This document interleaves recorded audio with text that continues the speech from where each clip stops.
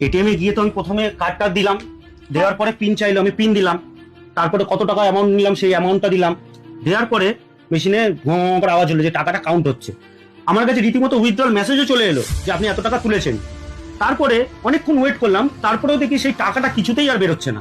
একজন সিকিউরিটি গার্ডকে পেয়ে গেলাম। এবার তারপরে উনি মেশিনের যেখান দিয়ে টাকা বেরোয় সেই জায়গাটা কি করলো, আঙুল দিয়ে নখ দিয়ে উনি ওই উপরে একটা কভার ছিল, কভারটাকে খুলে দিল। যেই খুলে দিল অমনি দেখলাম যে আমার টাকাটা ভেতরে ওইরকম ভাবেই রয়েছে। ওই সিকিউরিটি গার্ড মহাশয় উনিও বললেন যে এই টাকাটা কিন্তু আদৌ ব্যাংক থেকে কোনো প্রবলেম হয়নি।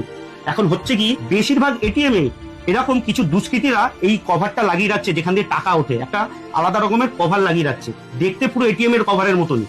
এবার আপনি টাকা তুলতে এসে ভাববেন যে আমার টাকা হয়তো কোনো রকমে আটকে গেছে, এটা হয়তো ব্যাংক থেকে রিফান্ড পেয়ে যাবো, এই ভেবে যখন আপনি নিরুপায় হয়ে এটিএম ছেড়ে চলে যাবেন, সেই প্রতারকরা ওই এটিএম এর আশেপাশেই থাকে।